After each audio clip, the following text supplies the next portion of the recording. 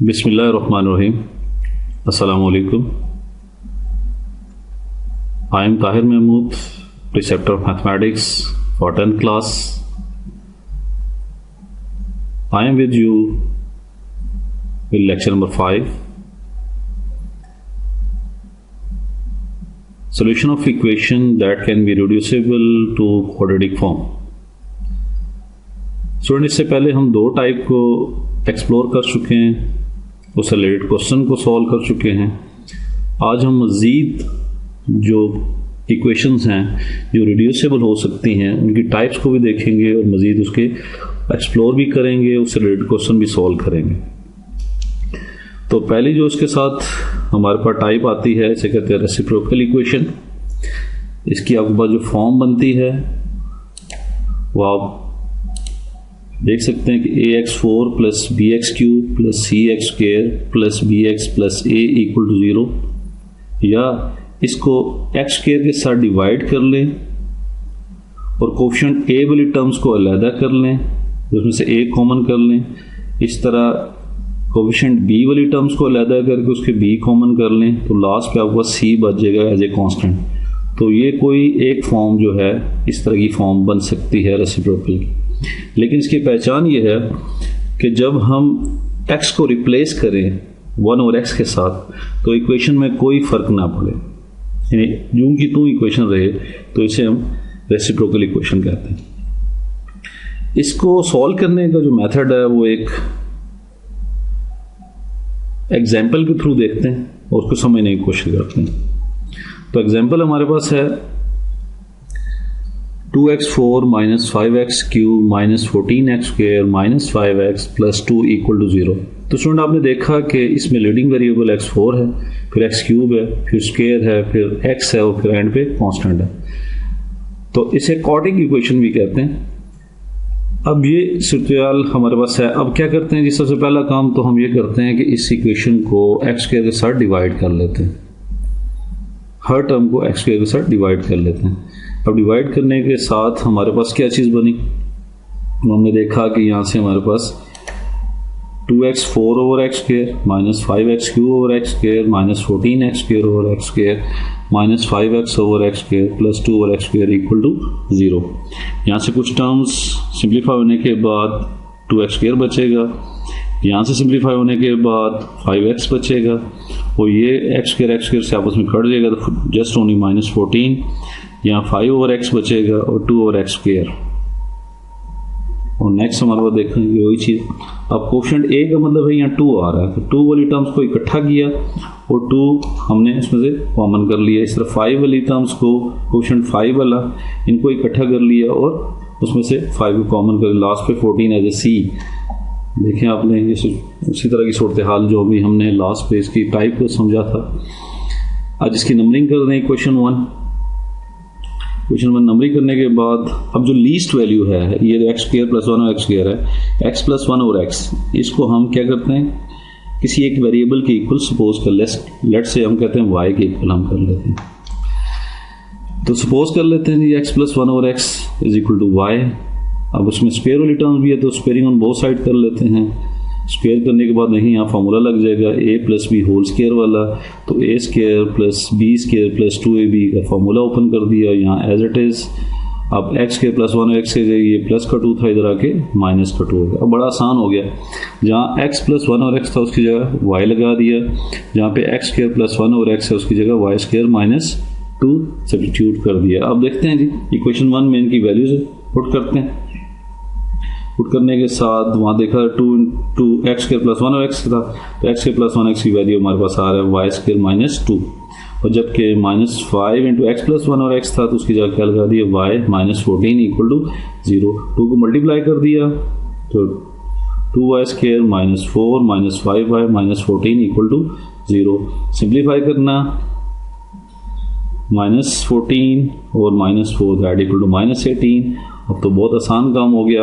अब quadratic equation हमारे पास बन गई। तो यही हमारे पास था कि हमने इसके रिड्यूस कर दिया क्वाड्रेटिक फॉर्म में। अब तो बहुत आसान काम है। जैसा मुझे कुछ बच्चों की वो आवाज़ सुनाई दे रही है कि वो कह रहे हैं जी क्वाड्रेटिक इक्वेशन तो बन गई, तो बिल्कुल ही बन गई है।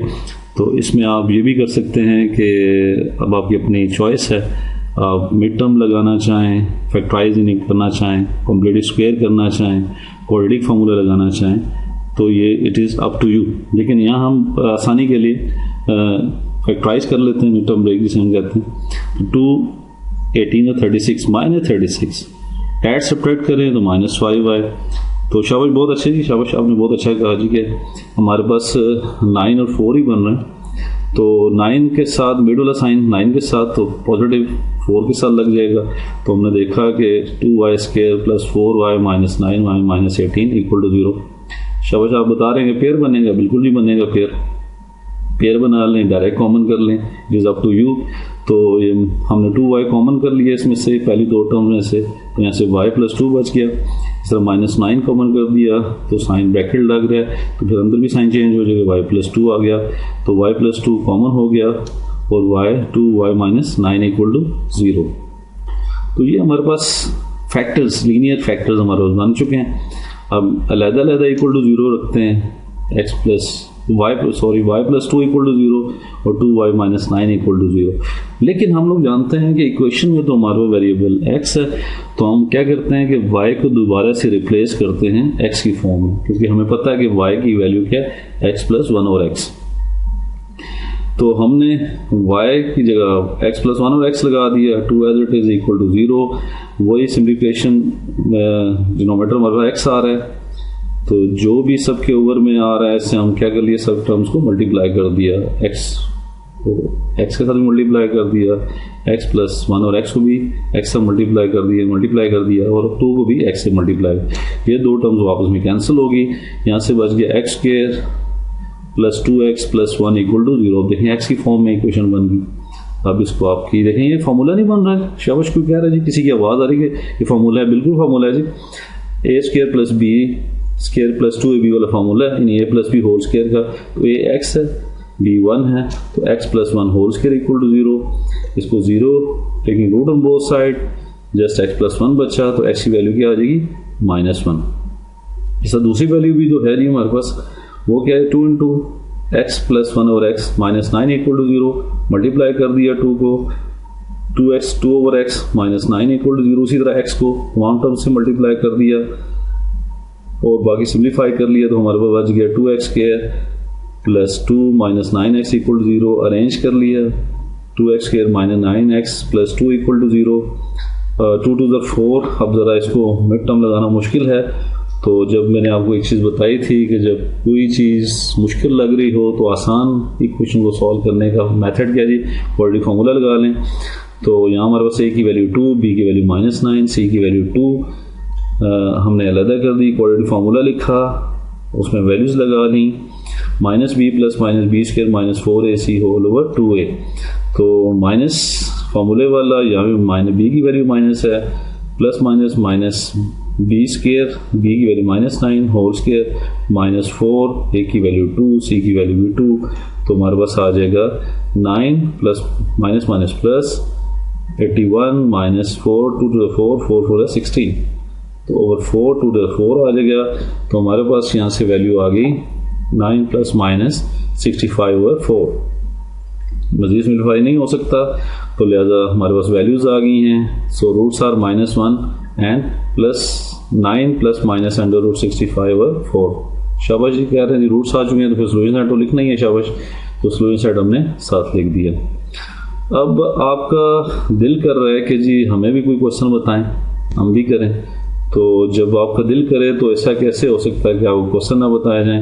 तो एक्सरसाइज 1.3 है, क्वेश्चन नंबर 10 और 11 आपने इसकी मदद से सॉल्व कर लेने, बिल्कुल एग्जैक्टली इसी मेथड को फॉलो करते जाएं और क्वेश्चन को सॉल्व कर लें। और दूसरी बात यह है कि पहले आपसे बात होती रहती है, दोबारा से बात आपको बता रहा हूँ कि आप जब भी लेक्चर के लिए बैठें तो फुली अटेंडिंग होकर बैठें, अपनी नोटबुक पास रखें, इंपॉर्टेंट चीज़ों को नोट करते रहें और अपने नोट्स जो है उसको कंपाइल करते रहें, ठीक है जी। तो जो के साथ अच्छा जी आगे चलते हैं। हमारे पास जी इसकी नेक्स्ट जो टाइप है वो एक्सपोनेंशियल इक्वेशंस हैं। इसकी पहचान क्या है जी, इसमें हमारे पास जो है जो एक्सपोनेंट है पहले तो हमारे पास एक्सपोनेंट कोई नंबर होता था, इसमें एक्सपोनेंट एज ए वेरिएबल जो है वो एज ए एक्सपोनेंट होगा। Variable occurs in exponent, in power की शक्ल में जो वैल्यू होगी वो वेरिएबल होगा, इसकी ये पहचान है। तो इस मेथड को भी, इस तरह के जो क्वेश्चन एक्सपोनेंशियल इक्वेशन के जो क्वेश्चन हैं उनको हम भी एक एग्जांपल के थ्रू देखते हैं।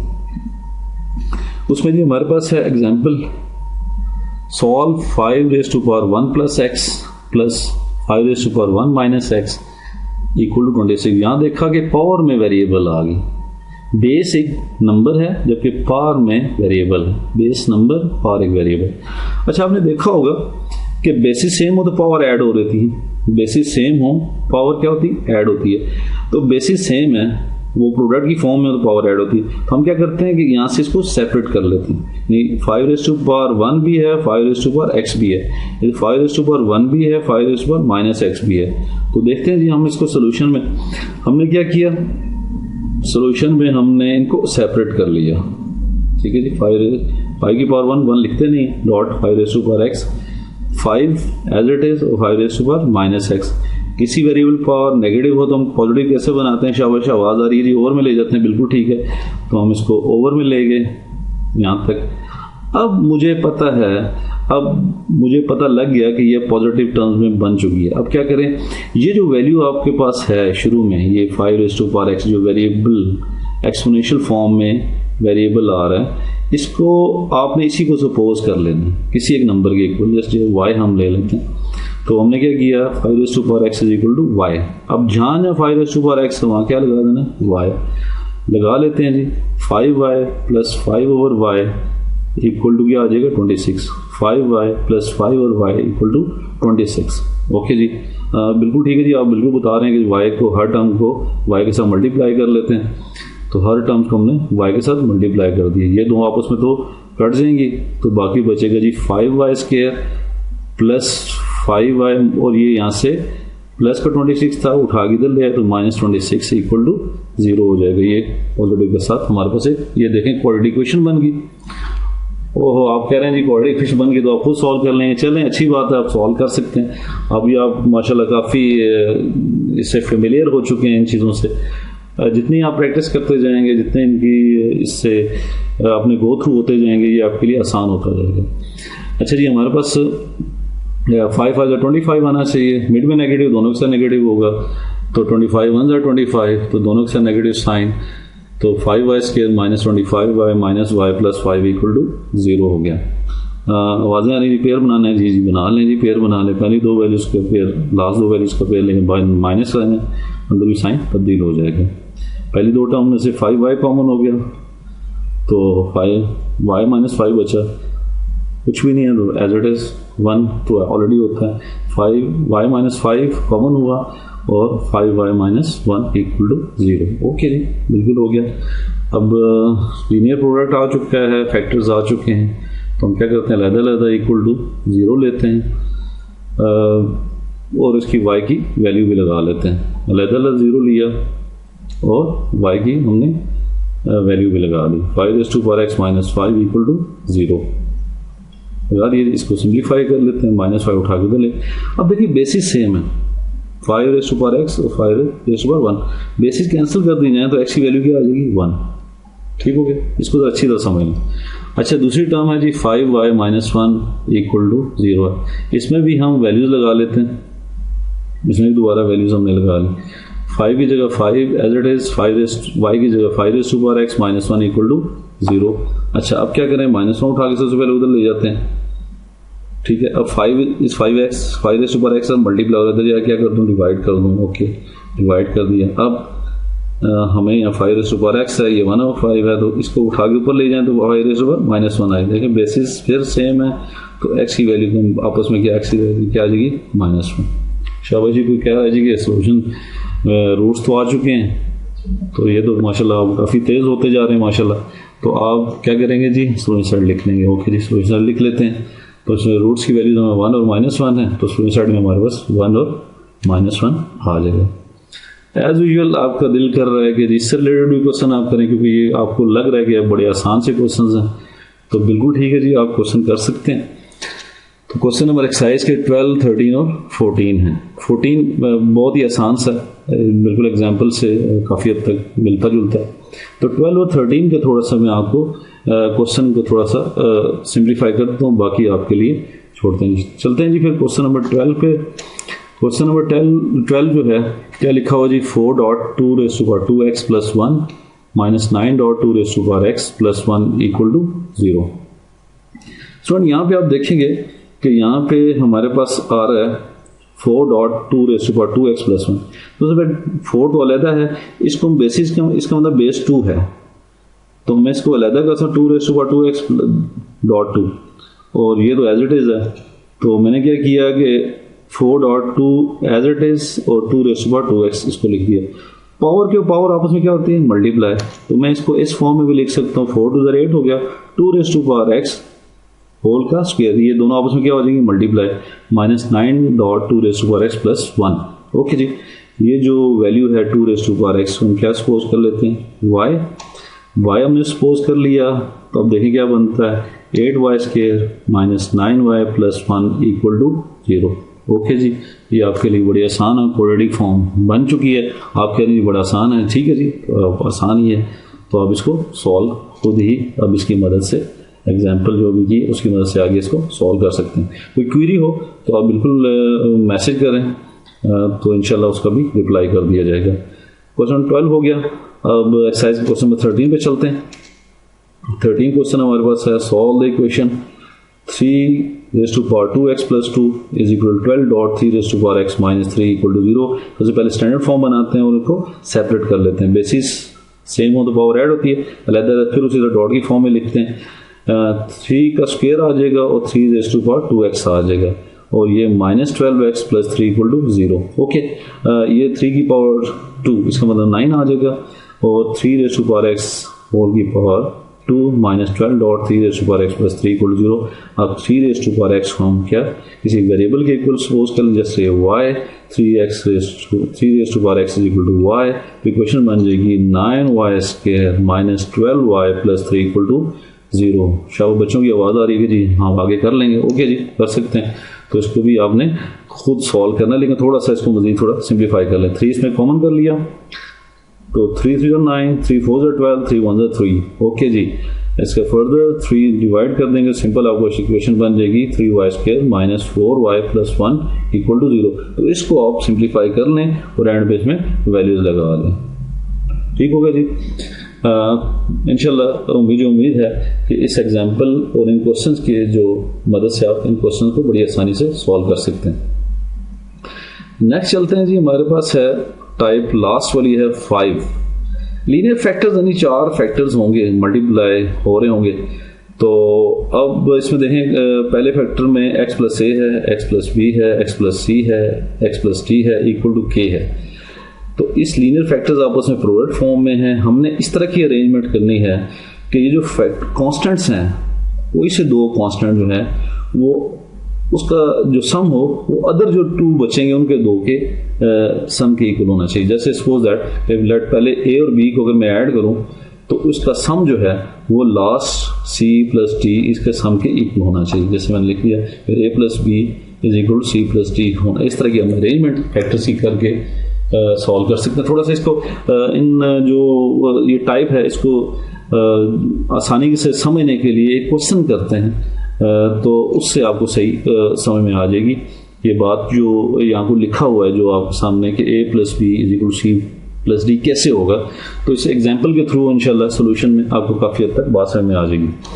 देखते हैं जी, एग्जाम्पल हमारे पास है x - 1 × x + 2 × x + 8 × x + 5 = 19। तो आपने देखा टाइप वही बन रही है, यानी x + a की जगह पे हमारे प्लेस कर सकते x - 1, यानी a की वैल्यू -1 आ जाती है, और x + 2 ये 2 b को रिप्लेस कर रहा है, और x + 8 c रिप्लेस कर रहा है, और d जो है 5 को और k की जगह 19 आ रहा है। लेकिन अभी हद तक हम लोग ये सेटिस्फाई नहीं कर पा रहे हैं या ये जान नहीं पा रहे हैं कि कौन से नंबर्स a होगा, कौन सा b होगा, कौन सा c, कौन सा d होगा। तो हमने खुद चेक करना। जैसे लेट्स से अगर मैं इसको a नाम दे दूं, इसको b नाम दे दूं, तो इनको सिंप्लीफाई करूं तो मेरे पास 1 आता है। लेट्स से इसको ए और बी रखूँ और इन दो को और सी और डी रखूँ तो इनको ऐड करूँ तो 13 बनता है। इसका मतलब ये मेरा ना ये ए है ना ये बी है।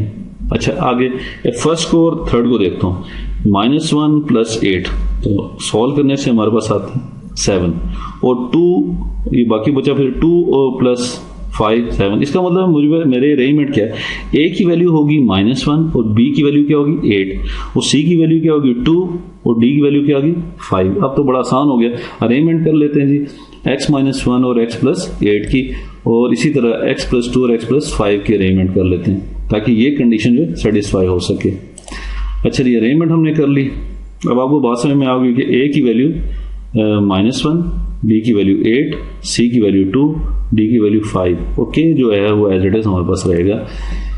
थोड़ा सा आपके लिए कर भी दिया है, -1 + 8 that equal to 7, 2 + 5 will also be 7, तो a + b is equal to c + d condition satisfy करती है।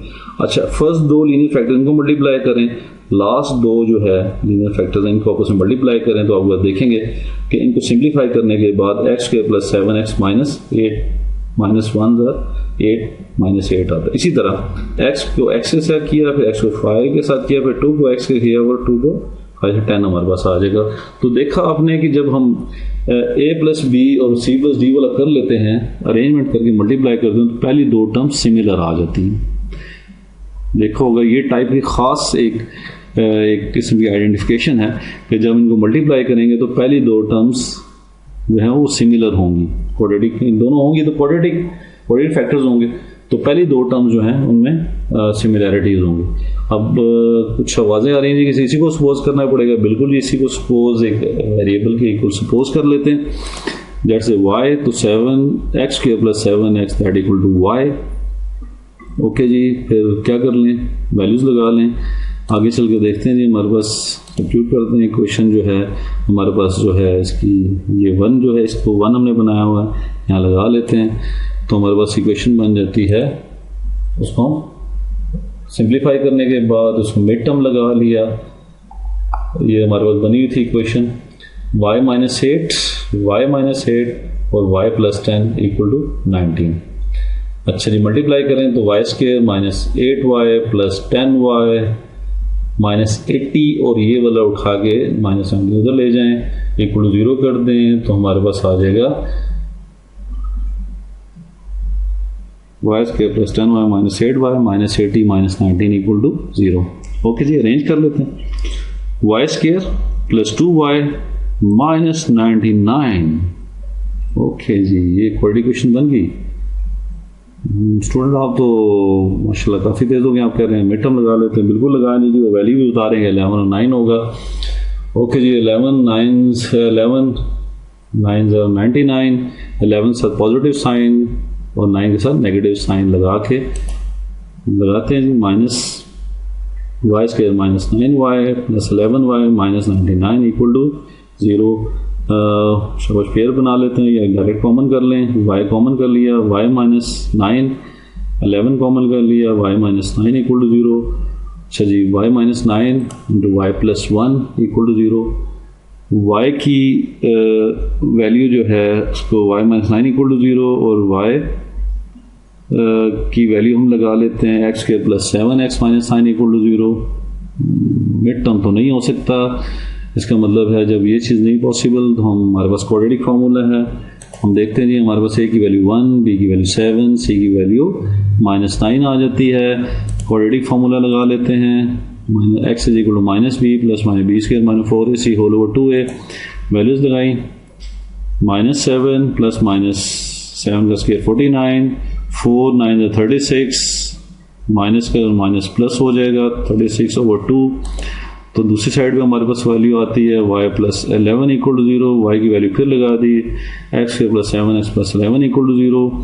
यहाँ पे भी नहीं कुछ ऐसी सूरत बन रही तो हम क्वाड्रेटिक फार्मूला लगा लेते हैं और वैल्यू सब्स्टिट्यूट कर लेते हैं और तो हमारे पास 7 - 49 और उसके बाद 11 4 = 44।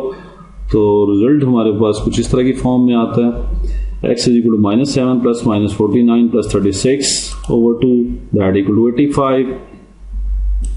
तो इसको अगर मैं सिंप्लीफाई भी करता तो मज़ीद सिम्प्लिफिकेशन तो पॉसिबल नहीं है। नेक्स्ट में हमारे पास x is equal to -7 plus -49 -44/2 that equal to -7 plus -105/2। Okay जी, हमारे पास रूट्स वैल्यूज आ चुकी हैं। तो अगला काम तो आपको पता ही है, हम सोल्यूशन सेट लिखते हैं। तो वैल्यूज हमने सेट फॉर्म में लिख दिया। ओहो, अभी आप फिर वही सिचुएशन कि आपको दिल कर रहा है क्वेश्चन करने के लिए, तो एक्सरसाइज 1.3 के क्वेश्चन नंबर 15 और 16 आपने इसी से वे से आपने इनको खुद ही सॉल्व कर लेना। स्टूडेंट्स, आज का जो टॉपिक था वो एक्सरसाइज 1.3 जो है वो आपके लिए कंप्लीट हो चुकी है। उम्मीद है कि किसी स्टूडेंट को कोई प्रॉब्लम नहीं होगा। लेट से कोई प्रॉब्लम आपको होता है तो आप मुझे मैसेज कर सकते हैं, तो उसका रिप्लाई भी इंशाल्लाह कर दिया जाएगा। अच्छा जी, अब आपका काम यह है कि कोई असाइनमेंट आपको दे दी जाए। तो असाइनमेंट ये है कि एक्सरसाइज के जो क्वेश्चन हैं अपने 10 से 16 तक अपने नोटबुक में सॉल्व करने हैं, और रिलेटेड एग्जांपल्स कुछ तो मैंने करा दिए हैं, बाकी बची हुई वो आपने खुद